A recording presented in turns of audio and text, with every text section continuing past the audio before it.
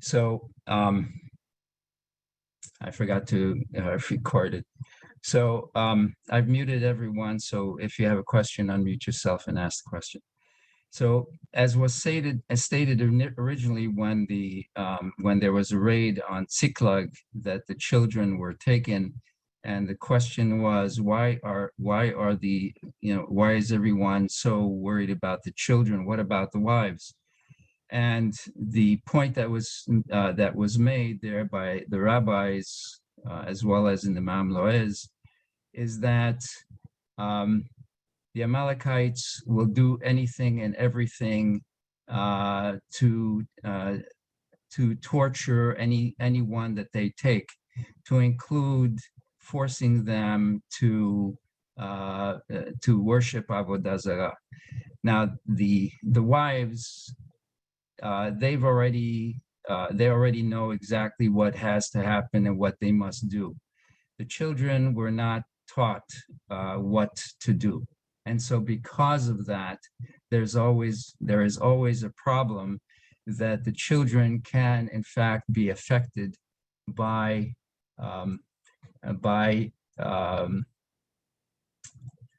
whoever is, by whoever applies the pressure upon them.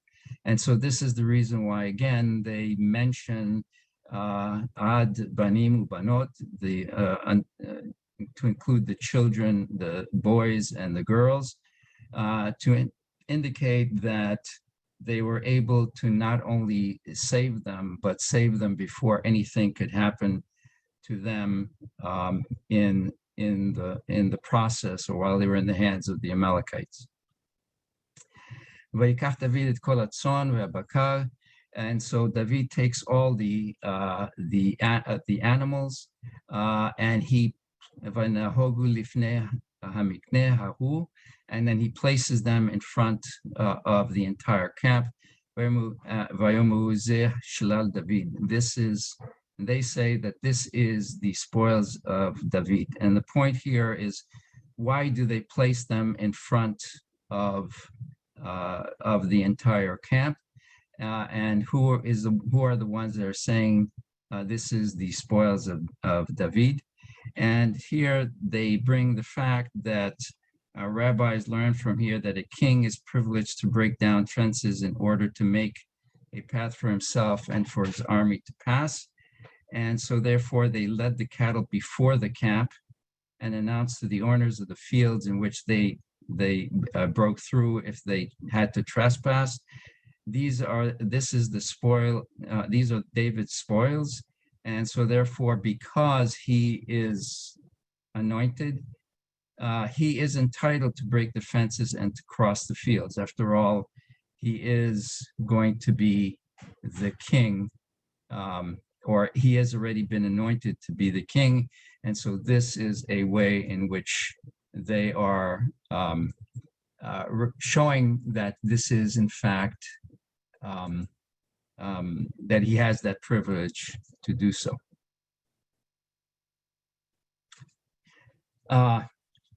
And so David takes this entire camp of his back towards the 200 people that he had left at the crossing of the river. Vayavo David el 200 ha'anashim asher pigu milechet acharei David. So he goes back to these people that were left there that didn't go with David. Vayoshivum benachal habesor. And you turn back to them, Vayetzu likrat David, and they, the people that are there, then come out towards David, Vilikrat ha'am, and also all the people that were there, asher ito, that were with him. Vayigash David et ha'am, and he approaches the group that was there, Vayish'al lahem l'shalom, and so he then asks how they are doing. Okay, and so the rabbis basically look at this Vaish'Allah, what does it mean? Basically, he asked them if everything was all right, whether any enemy attacks had come against them, and others. For example, the Malbim explains that he inquired of their physical well-being. Now, this is very important because the next line of Shmuel brings an ugly event that occurs. It says, "Vayan kol ish ra ubilial," and so the evil and the unscrupulous individuals that were amongst David's camp answered, מהאנשים שהלכו עם David, from all the people that went with David, ויאמרו, and they said, יען אשר לא הלכו עמי, because these people did not go with me, לא ניתן להם מהשלל, we should not give to them any of the spoils, אשר הצלנו, that we have rescued, כי אם איש את אשתו, except for the man should take his wife, ואת בניו and all of his children, וינהגו וילכו. And then he should take them and then go away. Just go and not get anything at all. And so the word Belial is basically made up of two words, Belial, without a yoke. And this showed the disobedience of these people to David's rule. After David had greeted the 200 non-combatants with friendliness, these people were still determined to penalize them for having stayed back. And so David, as a good leader and good king, responds to them, and he says, David says to them, don't do such a thing, my brethren. Et kol asher natan Hashem lanu, ve'ishmor otanu, ve'iten et hagedud haba alenu beyadenu. It says, everything that was given to us through Hashem. He even guarded us, and he even gave us this group, this unit of Amalekites that came upon us into our hands. And so basically yes. I wanted to say, so in the beginning, he didn't mention that David also brought back all the women. But here they say everybody takes his own wife, meaning the wives came back too. Yes. Yes, he brought back everything, the animals, right. the children, the wives. Yeah. He but brought he mentioned back children. He mentioned the children before, but not the women. Right. Except and this is in parallel to what was originally stated, that the Amalekites had taken the animals and the children, but they never mentioned the wives. Right. And right. the question was why, and the answer was because knowing how the Amalekites behave, the wives are able to, if they are being pressured into doing avodah zarah, they have already learned that to give up their lives before doing that, but the children were not. And so the fathers were always afraid of what would happen with the children, and that's why the children are specifically but I'm mentioned. Saying now they're saying that the wives will return too, yes, so that means everybody come back. Yeah, I agree. Okay, it's a confirmation. Right. Okay. So he says to them, these people are the people who are complaining. They say we're not going to give them any of the spoils because first of all, once we rescued it from the Amalekites, once it was taken by the Amalekites, normally people give up hope. And because they give up hope, therefore they have no claim on the animals or anything. And so therefore, they don't have any rights to the animals. They don't have any rights to anything at all. other than we're going to be generous enough to give them back their wives and their children, and that's it. And then they can go. Now, David comes along and he basically says, no, this is not what we do. He said to them, first of all, he addressed them in discretion and humility rather than with anger and rebuke. And he said, listen, we have gained all of this, not through our own strength, but Hashem is the one who did this. And since he delivered them into our hands, he also gave them to all of us, not just to the combatants, but also to the non-combatants. Now, you have to remember that normally when a group goes out to war, there is normally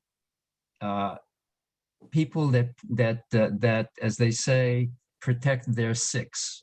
Okay, so if you think of 12 o'clock as being in the front, this is the direction that we're moving. 6 is behind you. That happens to be your most vulnerable spot. And so therefore, there could have been an attack made from behind David. And so what David is saying is, listen, these people did their part as well. They protected our rear flank. And so therefore, you can't just automatically say they get nothing. And so he is now telling them that it's an important thing that everyone share in the booty. And so, and it's because Hashem has done all those things, we all made it out alive. No one is missing, no one has died. He has guarded us, and we suffered no casualties. And it's obvious that everything that we have done has been accomplished by means of providence. It's not through our hands. And then he makes the following statement. Who's going to listen to your complaints? כי כחלק היורד במלחמה וכחלק היושב על הכלים. The part that goes out to war and the part that remains with the actual equipment. Remember, combat support. I was part of combat support when I was in the military. Combat support supports those that go in the combat troops. And so therefore, as they say, the artillery, the guys that do the cooking and etc., if they are not there, then the combat troops may not be able to accomplish the entire job. So here he's saying those that stay with the equipment, also they're doing their job as well. And so therefore, yahdav yahaloku, together they have to divide the spoils. Vayhi mehayomahu, and so from that day forward, ulumala, vamala, that day forward, vayesimeha lechok ulmishpat liIsrael, it was placed as a statute and an ordinance for Israel ad hayom hazeh, up until this day. And so what does it mean, a statute and an ordinance? A statute, normally a chok, is something which there is no understanding of, but a mishpat is something that has a reason to it and then can be understood. And what does it mean that he placed it as a chok mishpat? And the answers that are given by the rabbis is that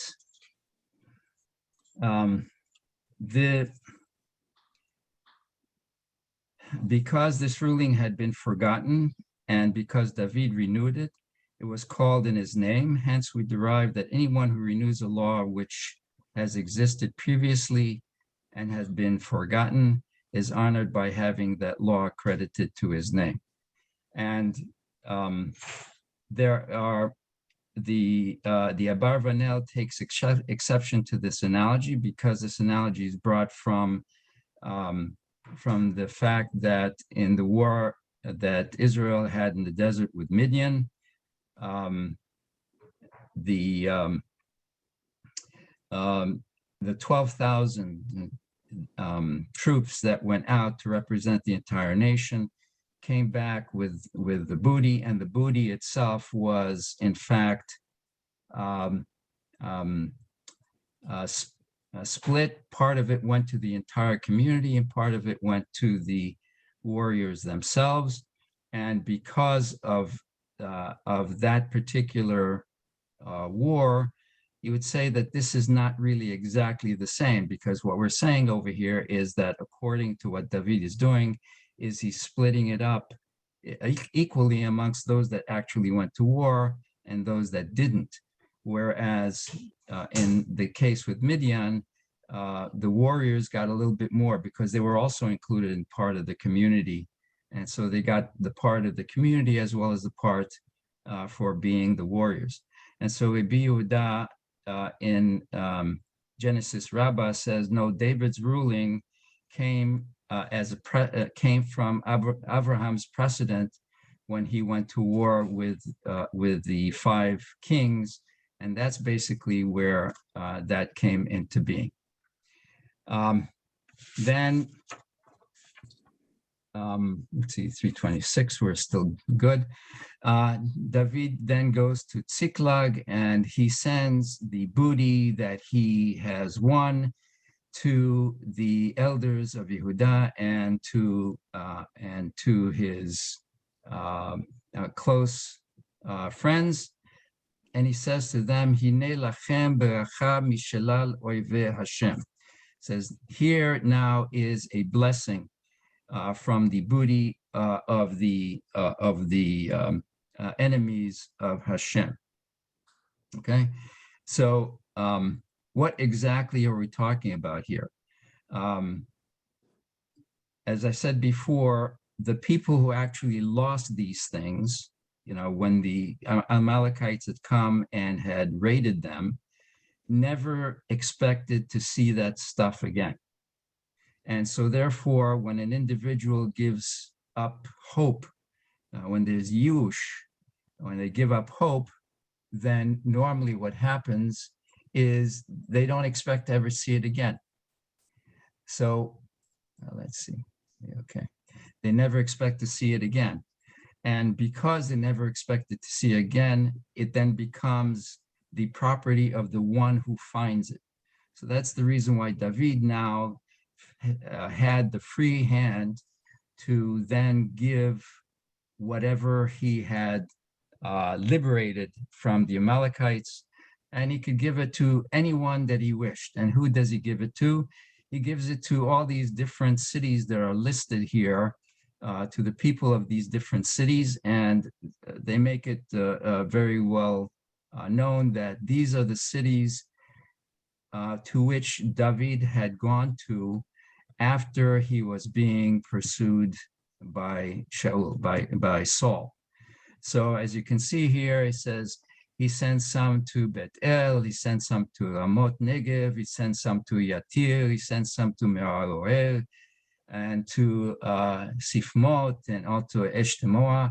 And so what I want to do is I want to share my screen so you can see this is a picture, one of the items which I sent to you. And as you can see, this is in the back of my Judaica books of the prophets, in which this is the on the back page, or the back cover can be found.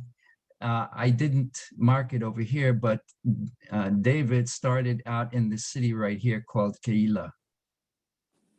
And he had to wander throughout this area right here while he's being pursued by Saul.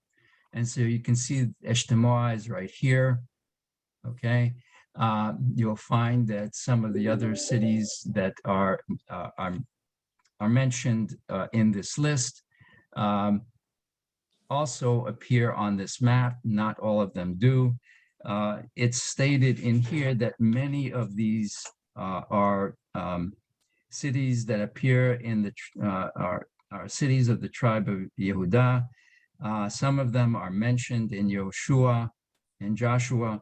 Others are mentioned nowhere else except right here in this part of Shmuel. And why does he do this? Again, because these cities helped him and his people, and they were kind enough to be to show a poor traveler the proper way to treat such a traveler. And so therefore David in a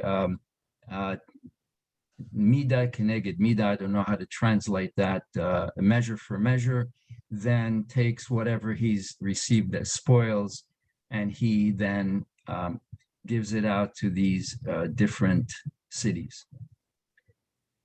All right, so now we've ended chapter 30, and now we begin with chapter 31. This map I've put into the chat, so all you need to do is to just download it directly from the chat. If you can't, I will send a copy of this as well as the next page as well. I will send that to Rabbi Smith so that he can send it out to you via email. Okay? Yeah, email is necessary. Okay. So for those who can, you can go into the chat, and you can download it from there. All right, so I'm going to stop the share. We'll just go back. So now we start chapter 31, and as they say, back to the main story. And the main story here is the war that has happened between the Jews, between Israel and the Philistines. So I just want to go back for a second to this map that I showed you, and to show you where this war is happening. Okay, so the war and the Mount Gilboa is somewhere up in here. Okay, it's a little bit north of Mount Gerizim, a little bit west of Beit Sha'an. It's somewhere in here. This is basically where the war is happening. The Philistines have come off the coast and have gathered, and Shaul and his people have moved up over here, and this is basically where the war is going to occur. I said, all right, so the first pasuk, Uflishtim nilhamim beYisrael, and now the Philistines are fighting against Israel. Vayanusu anshe Yisrael mipnei haPelishtim. So the people, the men of Israel, fled from before the Philistine. Vayipelu halalim behag hagilboa.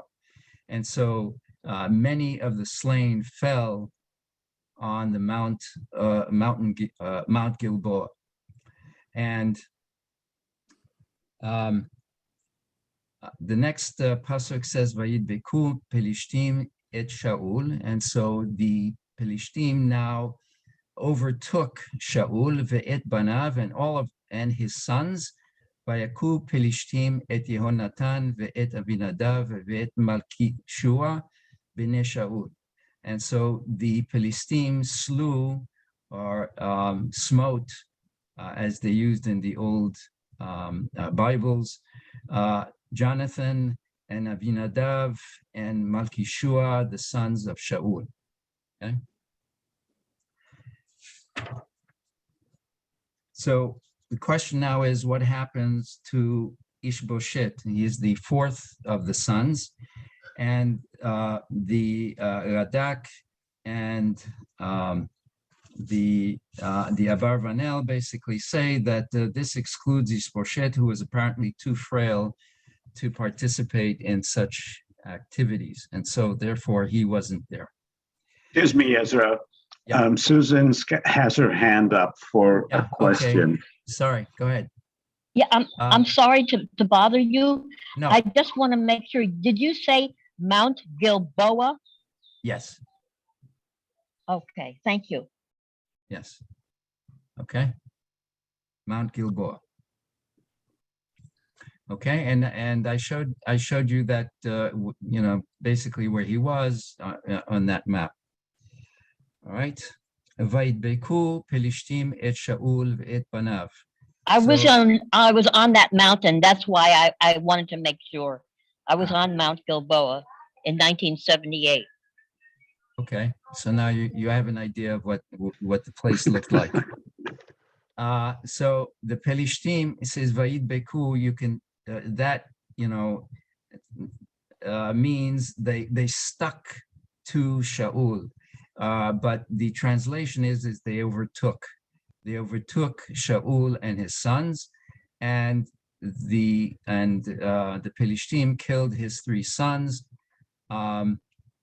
Vatichvad hamilchama el Shaul, and so now the war became very, very heavy upon Shaul. Why? Because he was basically taking the brunt of the Philistine assault against the Israelites. Vayimtzaehu hamorim anashim bakashet, and so the morim over here means to fire. So the shooters found him, and who are the shooters? Anashim bakashet, those with the longbow, with the bows. And so they're archers. So the archers have found him. Vayachel me'od mehamorim. And so Shaul is very, very much afraid of these people. And why is he very much afraid of those people?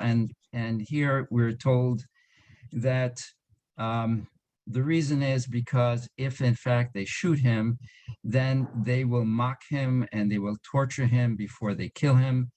He expected to be blinded and dismembered to avenge all the Philistines he had slain in battle.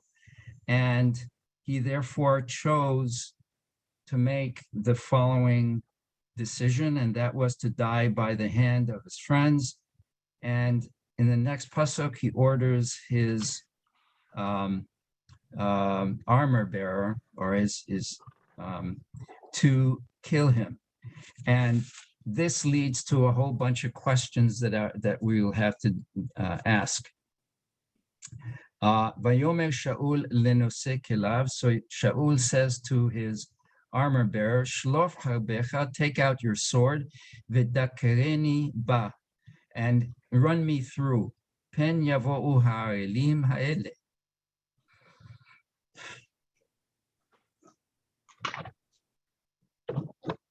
Lest these uncircumcised come and run me through.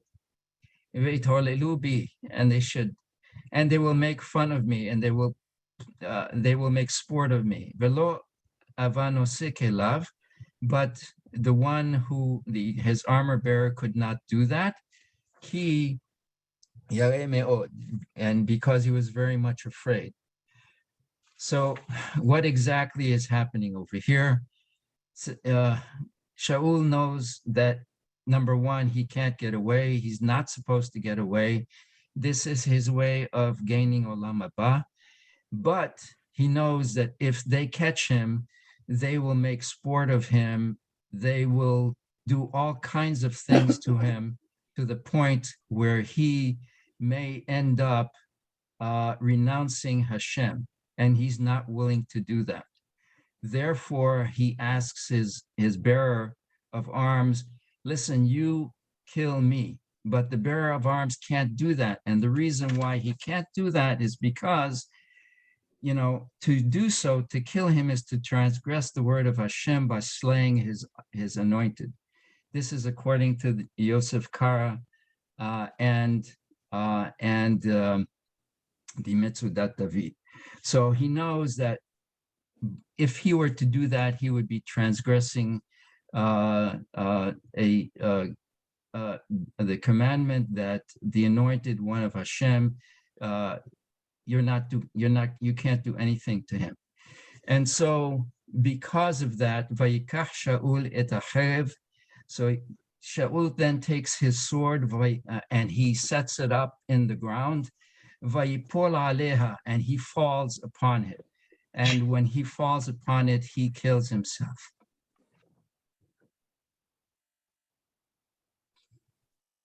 And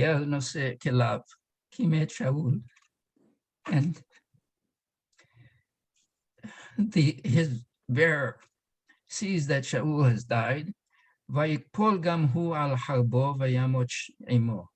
And so he falls upon his sword and he also dies. Now there's a question exactly what it means. He also falls upon his sword.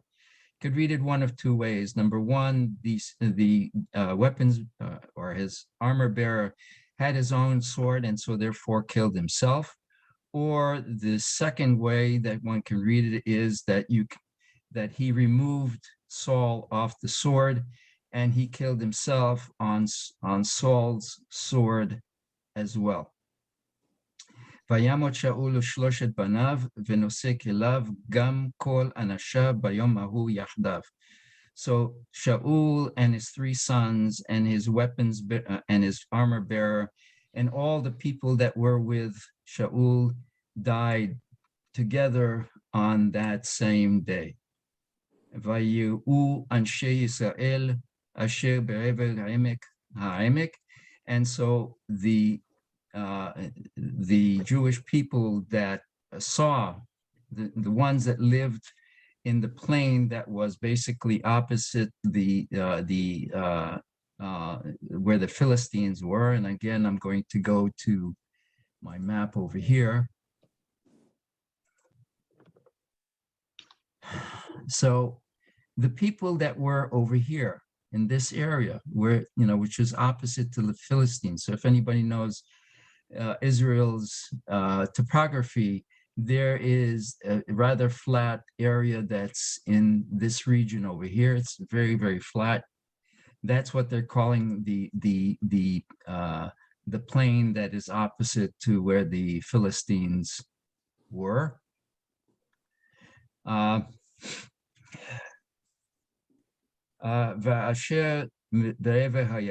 those that were on the other side of the Jordan.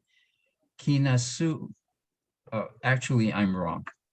What I should say is, let's go back over here because you have to remember where this war was. Okay, so this war is up here. Okay, so we're talking about the people that are actually over here because they're talking about the plain that was on the other side of the Jordan, okay, which is right over here. And so in this plain here, these people are very, very much afraid because now there is nobody to give them protection, okay? All right, so let's go back. All right. Ezra. Yeah. A question. Yes. Did the rabbis discuss why Jonathan met his death in this way or at this time? Yes, they do. And I should have talked about that at another time, but let me finish this up first and then we'll answer your question. Okay. And so these people, because they saw Kinasu Anshe Yisrael, because they saw that the warriors of Israel actually fled. V'chi metu Shaul ubanav, and so also Shaul and his sons had died. Ve'azvu et ha'arim, and so they left the cities that were there. Vayinasu vayavo'u Pilishtim vayeshvu bahem, and so they basically fled, and the Philistines came and they took over these cities. Now, to answer your question, it says that the reason why Jonathan met his death at this point over here is because he didn't do something which is to be milaveh orchim, that one should walk with your guests once they take leave of you. You shouldn't just let them go, but you should actually walk with them at least a certain distance to show them that you really don't want them to go, but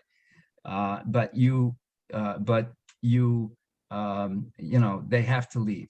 The second thing is that when they leave, and in those days, this is not like us where, a person has a meal at someone's house. He then escorts his guests out to wherever the corner or where it is, and then they go because they've eaten.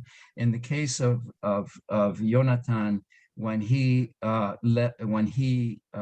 sent David on his way, he never provided him with food and water.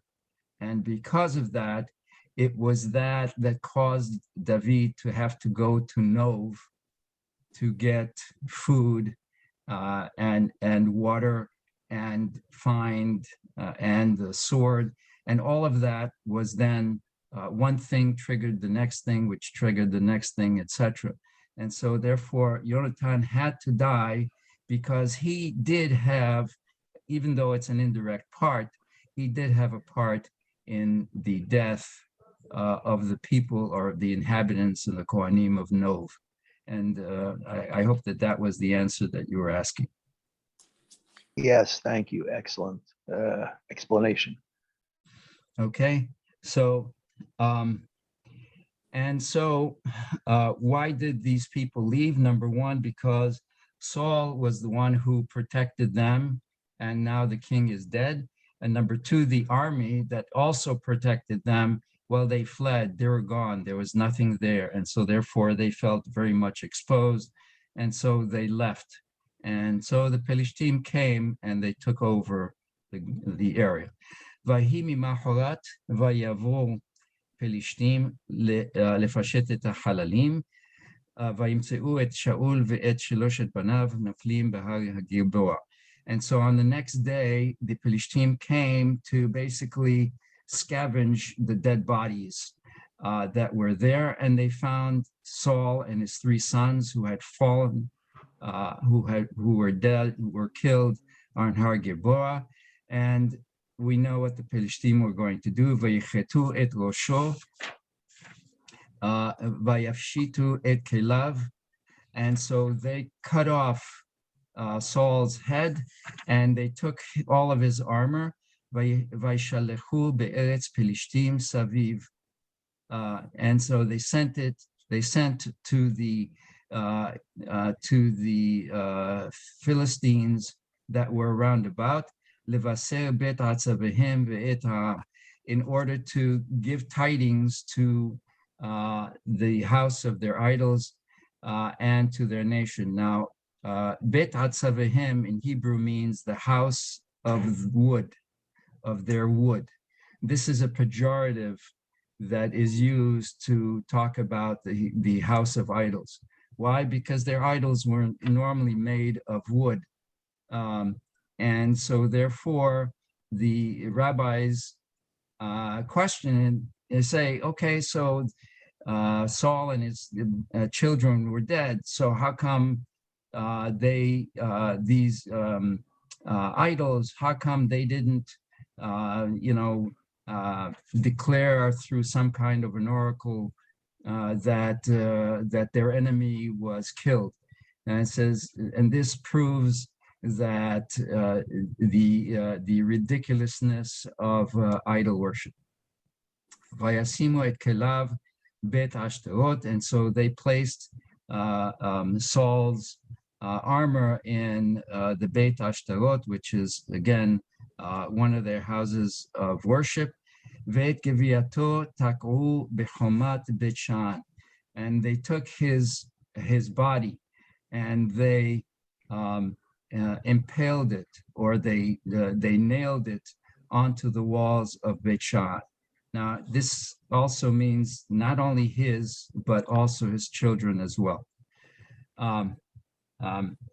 וישמעו אליו יושבי יבש גלעד אשר עשו פלישתים לשאול. So what the inhabitants of Yeshiv Gilad heard what the Pelishtim had done to Shaul, and so they decided to do something about it.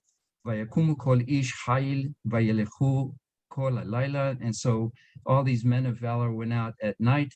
Vayekhu et Giviat Shaul ve'et Giviot banav, and they took the bodies of Shaul and his children, mechomat Bet Shan, from the walls of Beit Shan, vayavo'u Yavesh. They came to Yavesha, vayisrefu otam sham, and they burnt them there. So now there's a question of what it means by they burnt them there. Some of the exegetes basically say that what was done was that they burned the items of the king. They burnt the items of the king very simply because once the king is dead, you can no longer use his items that in any kind of service.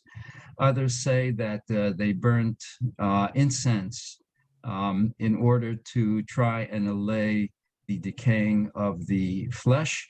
Others say that they actually did burn the bodies in order to expose the bones, and the reason for it was because it was a shanda. It was not honorable to bury the king in the shape that he was in.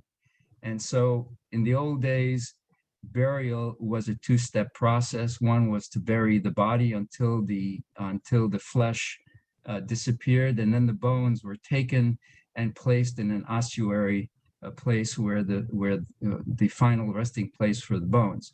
Here, the burning was to remove the skin so that the bones could be exposed, and then the bones themselves would then be buried.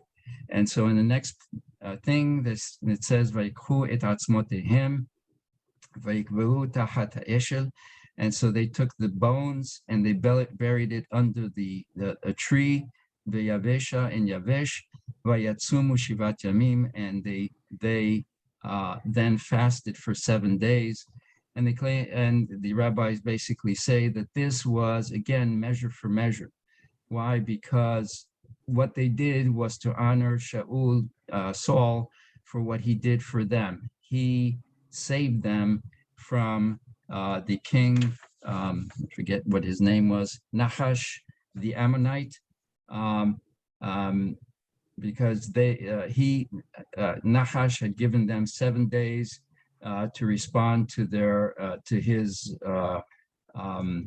demands that they give up. Okay, we have 3 minutes. We're at 3:54 right now, right? Yeah. So what was happening over here is out of the feeling of hakarat tov, the fact that what he did for them, they felt that they had to do something for him as well.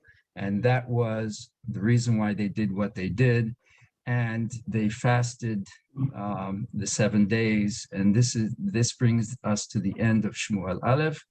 Hadan alach Shmuel Aleph, Hadan alach Shmuel Aleph, Hadan alach Shmuel Aleph, which basically means, may we return to you, Shmuel Aleph, and relearn you again. The second document which I gave to you, which is right here. All right. Ezra, Yeah. Ezra, what you Yeah. just said was actually not in the print. That's your own blessing, right? It's whenever you finish a book, Yeah, whenever you finish a Masechta, whenever you finish a Mishnah, a complete Mishnah, you normally say the Hadran Alach, which basically, which is in Aramaic, which means may I return upon you, to whatever the study, name of the book. yeah. Read it But again. I'm saying it because some people might not realize that. Yeah. So just Thank so you. that Thank you for explaining. That's a very beautiful thing. Beautiful. all right. So there is this item over here. Let me go back and let me share the screen. This is the page that appears at the very back of the Me'am Loez, and which shows that, you know, with all the foibles that King Saul had, he was still such that Rabbi Yanai defines his 12 virtuous qualities that can be found in him, and I'm going to leave that up to you to read, and as well as the 5 transgressions. And we also learn, this comes out of Shmuel Bet, the second book of Samuel, that the Jewish people were later punished for not eulogizing Saul properly. And what had happened was that David retrieved the bones, did eulogize him, and removed the famine that occurred because of the fact that Saul was not eulogized properly. And this is the reason why at funerals, one has to eulogize the individual. One has to be able to remember to do Hakarat Tov, to express their gratitude for what an individual has done for them. And as you can see, this last paragraph over here, it explains it in greater detail. Now, in the next 3 minutes, the rabbi asked me to just do a very quick summary of what we did in Shmuel Aleph, in the first book of Shmuel. Basically, it's the life of Shmuel from the time that Eli is Kohen Gadol, the high priest in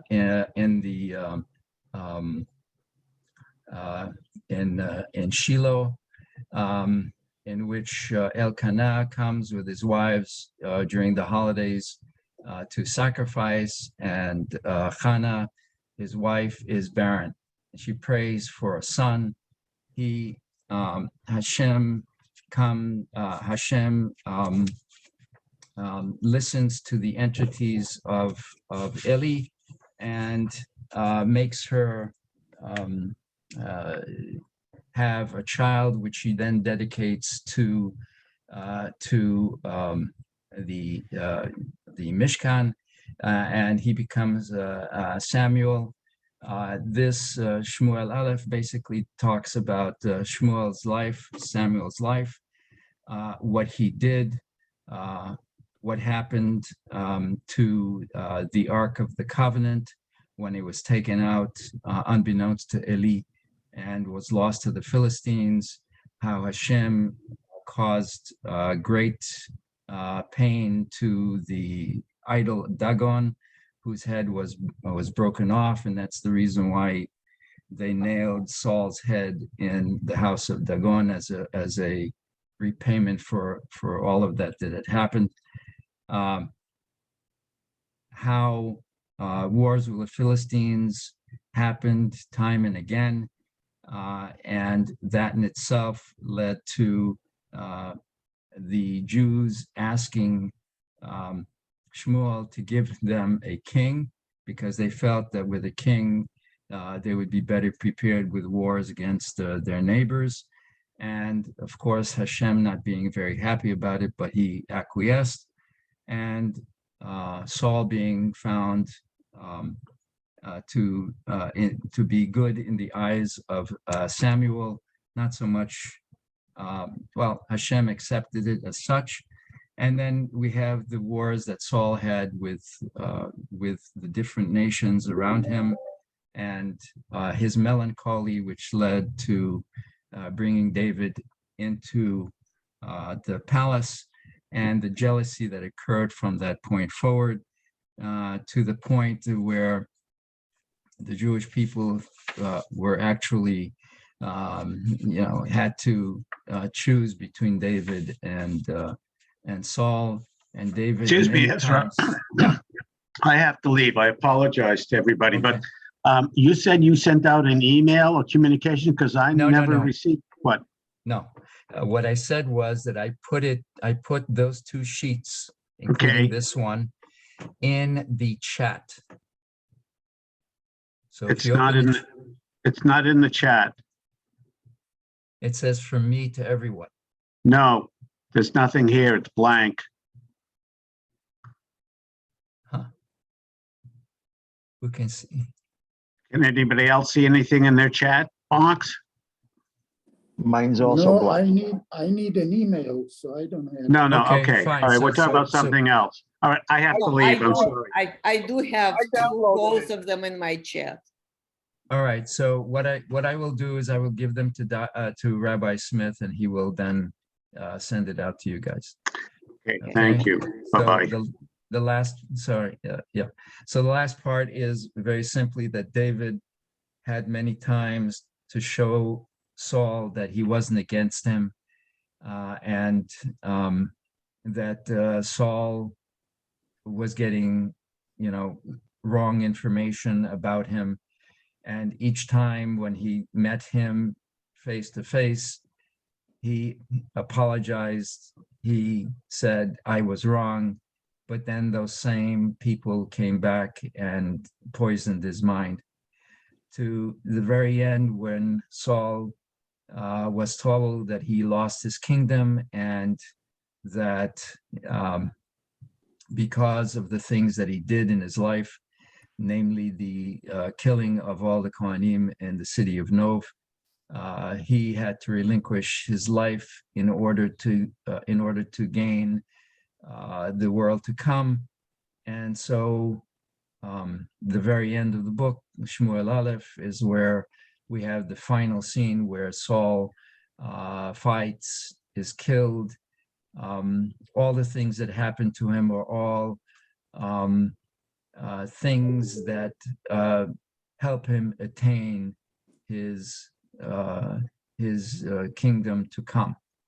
And Shmuel Bet begins with David hearing about all of this from someone who says that he actually killed Saul, and he does something about it because he knows that he must do it, since Saul was king of Israel and has to be recognized as such, and has to be buried with the proper honors and eulogies.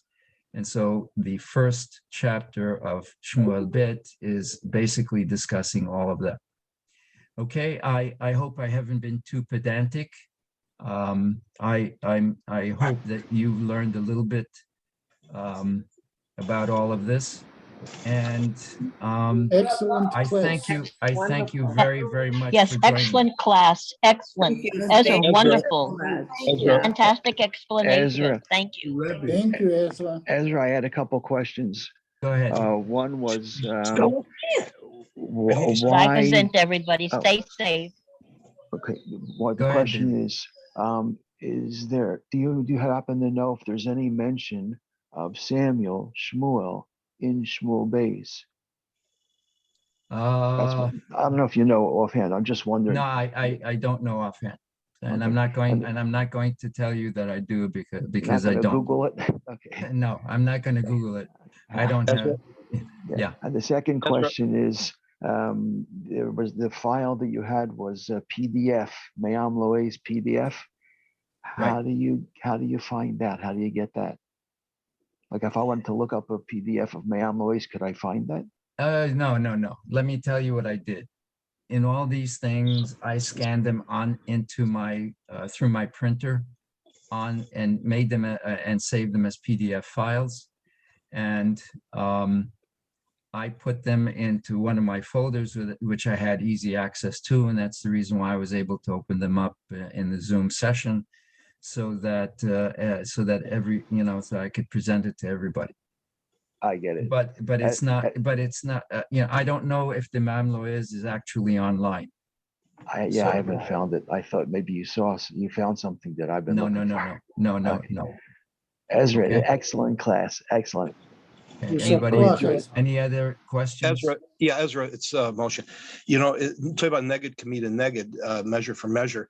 We see these motifs through Shaul's life. Number one, he kills the Kohanim.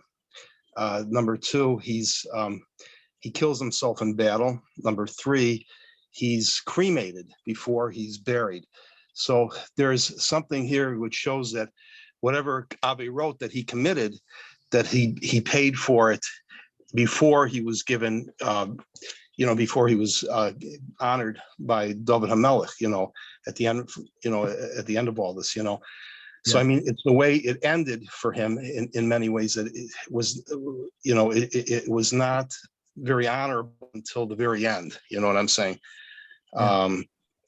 This is the way it appears. It wasn't the kind. He was cremated before he was buried. So, these are all things that are against the halachot. These are all things which are against the halachot. Right, but what the rabbis are saying is that he wasn't cremated per se. They said that chemicals were added to his skin in order for the skin to be eaten off. But the bones remained in place. So cremation actually destroys the entire body and leaves you with a afa. And we talk about afa of Yitzchok, of Hoshel Yitzchok. Well, this is what would happen if you had a pyre that would burn completely everything that was on the Mizbeach. This was not the case. But he was Everybody says decapitated. it His head was decapitated. Yes. We understand that. Okay. It was done. Mida keneged mida. By the Philistines specifically because what happened in their temple. So Ezra. yes. This is Felina Sarah here.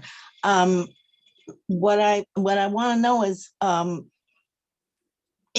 it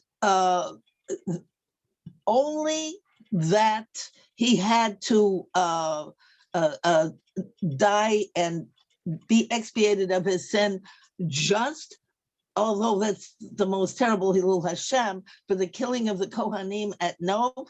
Or was it also because of his dogged pursuit of David HaMelech, even despite promises not to continue to do so, and his belief in the Lashon Hara of Doeg and others such? I think, personally, it was because of what he did in Nov. And everything that I've read talks about Nov as being the reason why. As far as the pursuit of David, you have to understand he is king. If he feels that he is being, that David is an enemy of the state, he has a perfect right to go after him. There's nothing wrong with that. So therefore, does he have a problem with lack of judgment? Yes. Okay. But, David shows his character many times that he loves his king, he loves his people, he loves everything about Israel. Yes. All right. Thank you. That was really a wonderful shiur. Okay. Thank you very Thank much. you, Ezra. Take care. Take care. Bye-bye. Bye-bye. Bye.